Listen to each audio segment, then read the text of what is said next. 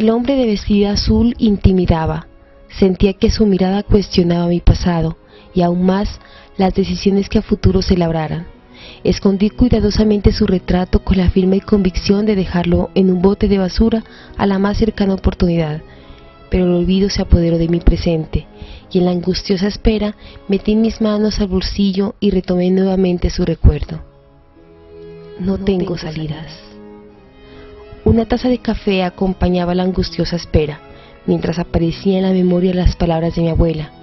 Nuevamente la mirada de ese hombre imperaba en ese instante. Debo eliminar esta imagen o perderé la razón. Y sí que la perdí, mientras observaba el paisaje montañoso y a lo lejos un enfermero que custodiaba una misión.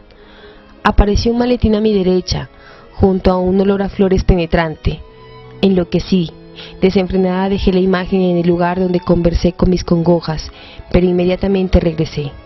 Exploré tramo a tramo cada milímetro de esta. Giré para leer las letras que posaban al respaldo, mientras una sed resecaba aquel momento. Habían pasado 2 horas, pero parecían solo segundos desde cuando tomé la imagen en mis manos. En ese instante, el hombre de vestido azul se sentó a mi lado, arrebató un poco de aire que circundaba en mi espacio y caminó hacia la puerta, mientras el silencio y estupor posaban en mi rostro.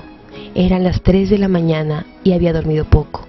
Toma, hija mía, y bebe el líquido que la naturaleza ha dado para alimentarte.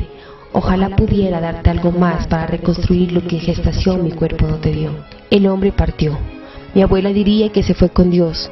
Yo rezaba un Padre Nuestro por su descanso.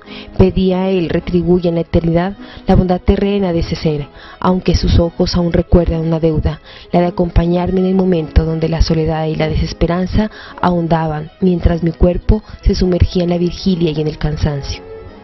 Amaneció y la criatura inquieta se empinaba entre mis piernas. De la puerta del fondo menciona mi nombre para recibir el dictamen que establecería el procedimiento de la pequeña. No hay signo de tumor alguno. Sentí alivio en ese momento. Abracé a la niña, la besé, organicé su cabello y en su pecho encontré una pequeña señal. Sabía que las manos del hombre de vestido azul posaron en su cuerpo. El maletín aún estaba ahí y sobre él la imagen que tomé para guardarla con respeto. Pero desapareció en cuestión de segundos. Desapareció cuando levanté mi cuerpo para salir de nuevo a casa. No me permitió hurgar los espacios de la eternidad, quizá porque la noche fue testigo de su particular visita.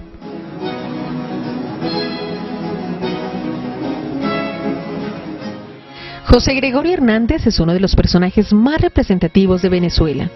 Su vida, caracterizada por su humana vocación y por su práctica comprometida con la medicina y la caridad cristiana, fue capaz de traspasar fronteras y hacer eco en el paso del tiempo. Nació en Isnotú, estado de Trujillo, en la República de Venezuela, un 26 de octubre de 1864.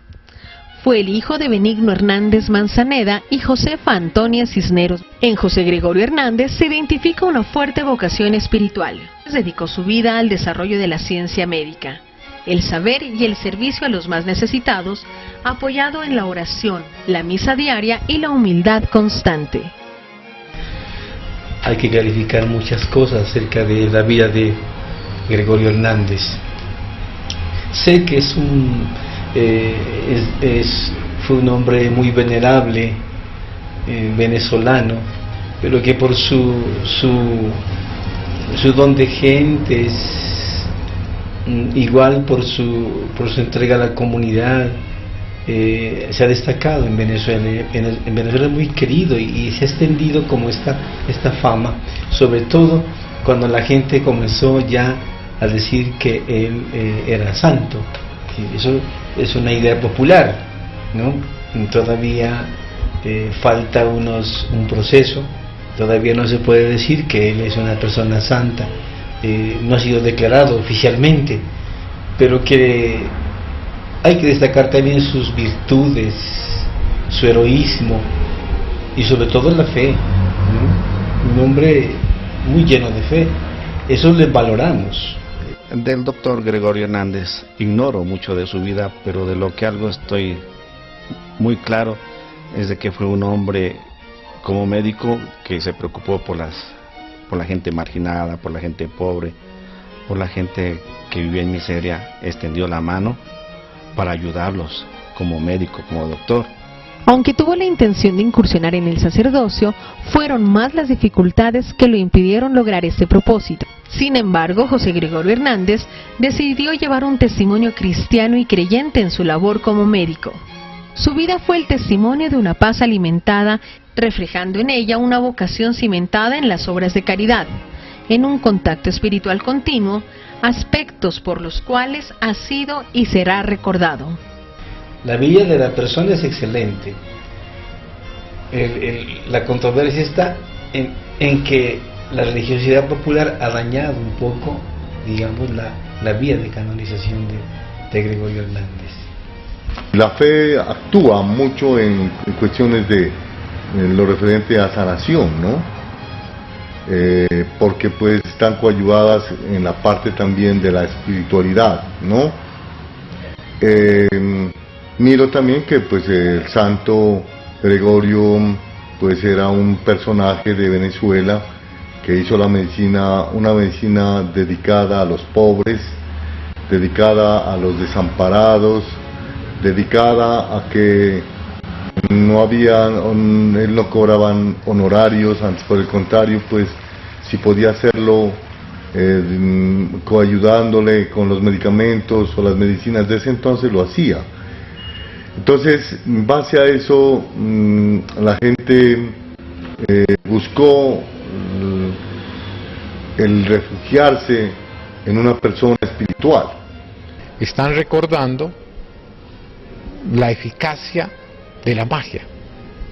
¿Sí? Es que la magia se rige por un principio de eficacia, así como la eficacia que le pedimos a la tecnología. La magia, para quien cree en la magia, es absolutamente eficaz.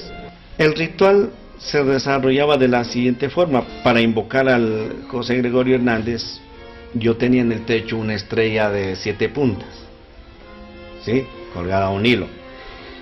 Y cuando yo lo invocaba, llamando a jóvenes, varones de 16, 18 años o señoritas de 17, 18 años, en cual los hipnotizaba. Yo tuve un llamado a algo generacional. Sé y creo firmemente de que yo fui entregado en mis generaciones, desde muy pequeño, a ser un sacerdote. En base al llamado que yo tuve, tenía el poder de movilizarme, de realizar la hipnosis, lo espiritual, y simplemente llamaba al espíritu. Hermano José Gregorio, por favor, yo necesito aquí su presencia, pero no antes. Rezábamos Santo Rosario, hacíamos oraciones a la Santísima Trinidad, o sea, adorábamos a Dios, ¿sí? Adorábamos al Señor cantando con mucha gente, y el momento que Él entraba, la estrella se movía. Entonces lo que Él me pedía era siempre el algodoncito, el agua y una flor. Él lo que hacía es inyectar la parte del cuello, y la gente sentía la inyección, el suero, sentía la sanidad.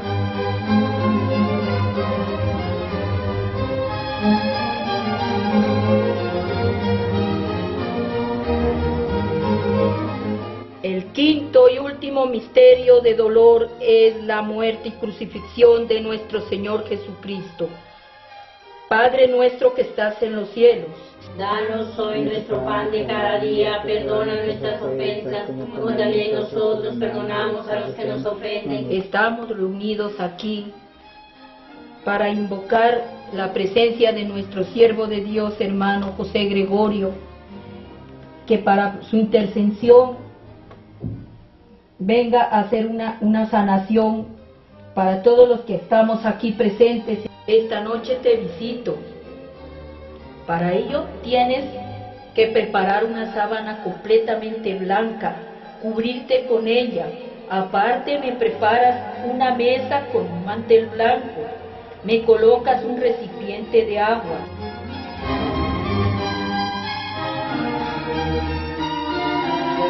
Prepare su brazo izquierdo para recibir la inyección. Sí estaba dotada pues de toda esa parafernalia semiótica que suele acompañar las manifestaciones populares. Por ejemplo, muchas veces aparecía rodeado de objetos y de personajes, ¿no? Que supuestamente eran pues los sanados. Pues lo primero es reconocer que sí hay una frontera para comprender ciertos fenómenos sociales, por ejemplo, que ocurren en los ejercicios de sanación, por ejemplo, cuando se refieren a milagros, ¿cierto?, a cosas asombrosas desde el vínculo religioso en un proceso de sanación, de curación. Y pues desde el área normalmente, desde el ejercicio de la psicología, no se puede explicar así directamente todo el fenómeno, pero sí se puede observar ciertos aspectos que están asociados frente a la percepción que hay sobre esos fenómenos. Entonces, por ejemplo, hay un fenómeno que tiene que ver con el valor que ocupa, por ejemplo, la fe, ¿sí? La fe para dentro del sujeto mismo que está involucrado en el ejercicio pues de percibir algo como un milagro o como algo que puede ser ajeno a su cotidianidad o a su circunstancia de vida.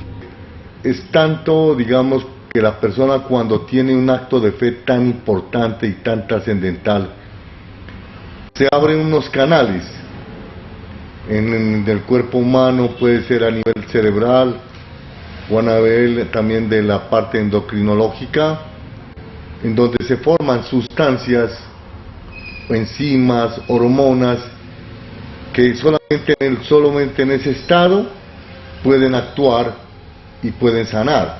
Pues es una iconografía de un acceso popular, ¿no es cierto?, un consumo popular,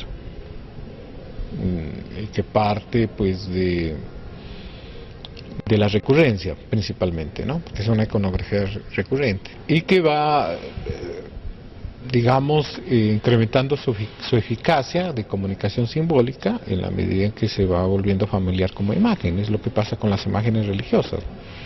Las imágenes religiosas tienen una identidad muy fácilmente reconocible, ¿no?, que las hace justamente persuasivas. Realmente se nutre de este sentido de apropiación popular por un naturalismo pues muy manifiesto y que adquiere cierto carácter alegórico también, ¿no es cierto? Aquí te voy a curar yo porque sos pobre, porque no tienes cómo hacerte curar. Ya me comenzó a tratar ese día, ya me mandó unos remedios, dijo vuelves mañana porque estás bien mal, hay que seguir tratando aquí. Fui como 8 días allá al tratamiento. En eso me mandaba que tomé unas pastillas que se llamaban ananases, me acuerdo tanto, no me he olvidado. Comprar los ananases y tomas. Y me hacía lavados, me curaba allá, me lavaba la señorita, la que trabajaba allí. Entonces después ya me dijo que lleve carne, pero que sea de la costilla, pero que pregunte que sea de vaca, y que lleve, después otros días me dijo que lleve ubre de vaca y un polvo cicatrizante, un bálsamo que había cicatrizante, y panela, que la vaya a conseguir al hospital, que de una panela que vendían, que allá me la consiga, que me la vendan, que esa panela era una panela raspada que mandaban de allí. Yo fui, hice todas esas cosas, me ponían parches y todo, ya me iba curando, como que me iba quitando porque me supuraban y tenía un hueco, que me metían ya unas mechas grandísimas. Entonces ya me mandaba que me bañe con agua de las flores del nabo, que se cogían en el campo, pues unas flores amarillas, que me lave con caléndulas, que me bañe eso con amapolas. Yo tenía que andar buscando las amapolas por donde podía, en los trigales, por allá las conseguía, y las cocinaba y me bañaba. Me mandaba que me bañe con ajenjo, que el cáncer lo puede uno también combatir con el ajenjo. Cualquier dolor que siento, cualquier cosa, digo, curame, vení, saname, porque vos me curaste y vivo por vos.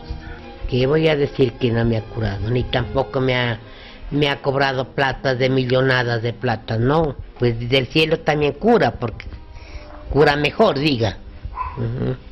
Dentro de esa estructura de fe, dentro de esa estructura de creencias, hay una eficacia simbólica que orienta procesos que no son normalmente tan conscientes para la persona.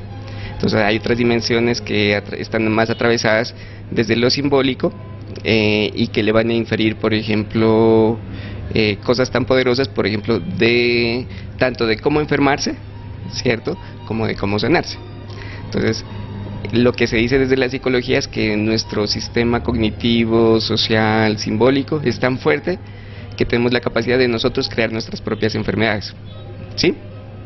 Y al mismo tiempo tenemos el poder, desde nuestros saberes profundos, de crear nuestras propias maneras de curarnos, ¿sí? Y ahí está un poco como el debate y como un poco como la tensión que existe. Es decir, los fenómenos como tal no los podemos explicar directamente como racional, decir si es válido o no válido, pero sí los podemos entender al menos desde esas dos variables que aportan de alguna manera como la persona valora esa circunstancia como milagro, sin decir que, o sea, desde la disciplina no podemos decir no es milagro, ¿sí? Desde la disciplina no podemos decir tampoco si es un milagro, epistemológicamente. Lo que sí podemos decir es que obviamente hay una fuerte incidencia sobre esas dos variables que tienen que ver sobre la eficacia de lo simbólico articulado a los procesos de fe. Y lo interesante de esa eficacia simbólica es que el sujeto no es mismo consciente de todos los procesos que está movilizando, ¿sí? Entonces, también hay procesos de somatización desde la psicología, es decir, en psicología también podemos comprender que una persona puede somatizar una circunstancia social, una tensión psíquica, una circunstancia incluso histórica de su vida y la puede somatizar, ¿sí? Entonces, estoy enfermo, por ejemplo, de que tengo parálisis, ¿cierto? Y esa enfermedad de parálisis de pronto puede resultar que es una somatización más desde un conflicto simbólico, psíquico, como los primeros encuentros de lo que hizo Freud. Freud lo que hizo es entender cómo el sujeto puede crear esas mismas inhibiciones, ¿cierto? Y al mismo tiempo, como mágicamente, como a través del pensamiento mágico, esa eficacia simbólica hace que nos tocó algo así como el momento exacto de una relación de fe o circunstancia y nos curamos. Yo creo que el principio que activa la devoción por José Gregorio Hernández no se ha extinguido en absoluto. Es que ha cambiado de formas, ¿no? Ahora se puede llamar Moisés, un señor por allá que vive en Dolores, hay un grillo, se puede llamar el chamán de la Cocha, el Taitapacho, ¿no? Puede llamar de muchas maneras, inclusive yendo más allá se puede llamar otra cosa, ¿no? Que ya deja de ser estrictamente religiosa, pero que capta justamente la psicología de la religión. El ritual tiene un contexto que tiene una conexión con una memoria como incluso más colectiva, ¿sí? Por eso el ritual es más colectivo y tiene como un proceso de conexión ceremonial para actualizar un saber que está desbordando incluso a los mismos sujetos que están involucrados, pero esa es su manera de representarse, ¿sí? Pese a los diferentes testimonios de sanación por medio de la intervención sobrenatural de José Gregorio Hernández, que se han reportado de manera oral en nuestra ciudad y por otros medios como audiovisual y el electrónico, aún el tema sigue siendo controversial, pues pone en conflicto la validez del milagro frente a la mediación espiritual asociado con cultos ocultistas. La cuestión de lo referente a la sanación, pienso que se ha ido perdiendo en el sentido de que se ha perdido la esencia. O sea, en el sentido de que esto no era, esta cuestión de la sanación era algo espiritual y que no se volvía comercio. Hay que pagar, hay que, bueno, todo este tipo de cosas, hay que comprar una serie de estampas o crucifijos o toda la cuestión. Se pierde la esencia que es el servicio al ser humano de una manera gratuita y hacerlo con todo el cariño, con toda la bondad y con todo el afecto. La ignorancia no me hace ver quién en verdad es el hermano José Gregorio Hernández, y eso es algo que se está moviendo en Colombia, en el Ecuador, en Venezuela y en algunos países de Latinoamérica donde tiene fama este hombre, donde lo donde la religiosidad, la tradición, la creencia hacia él, los está llevando, puedo decir, a un abismo, ¿sí? A una fantasía, a una sanidad temporal, ¿sí? No es una sanidad garantizada, ¿sí? Puedo decir que es en base a la angustia de la gente, a la desesperación de la gente, ¿sí? Y la necesidad del medium, de la fama, de ayudar, de ver el bienestar de uno, de la familia, pero todo eso es una mentira. Yo algo que descubrí espiritualmente es de que yo había entregado mi vida a la muerte. Yo ya vi la muerte. Se ha descubierto esto, que el culto que se hace está contaminado de superstición y da origen a toda posibilidad de charlatanería y estafa, fíjese. La gente ha dañado eso. Lo de José Gregorio Hernández estaba asociada a un proceso ya más mediático, ¿no? Ya en los 70, en los 80 había un proceso más mediático, ya fuerte, ¿no? Ya la televisión estaba instalada, la radio cumplía su papel, los diarios. Entonces pasa también con esa necesidad del cambio de ciertas ritualidades, porque ya hacen como una especie de efecto de consumo. Eso puede ser una razón entre muchas, claro, ¿no? Yo creo que puede haber otras razones, ¿no? No sé qué papel juega, por ejemplo, la Iglesia Católica y los sermones de los padres, por ejemplo, porque pues que José Gregorio Hernández estaba usurpando las funciones de los santos, de las vírgenes, ¿no? Entonces yo creo que tampoco era visto así con muy buenos ojos, ¿no? Eso es como en todo tipo de competencia, ¿no? Entonces podría haber una competencia por captar la piedad y la fe de las personas. Y entonces muchas veces estas manifestaciones religiosas populares contradicen el canon y por lo tanto pues tratan de ser de alguna manera bloqueadas, ¿no? A mí me parece, por ejemplo, que cuando alguien consulta a un medio no está participando en un ritual, ¿sí? Me parece que está con su fe frente a un espacio. Un espacio de ritual me parece, por ejemplo, la fiesta de San Gregorio, y bueno, la fe que se moviliza, que se puede movilizar, ahí me parece que hay un ejercicio como un poco más, sí, como un poco más de que ese saber perviva, ¿sí? Los rituales tienen un poco como esa misión también, ¿no?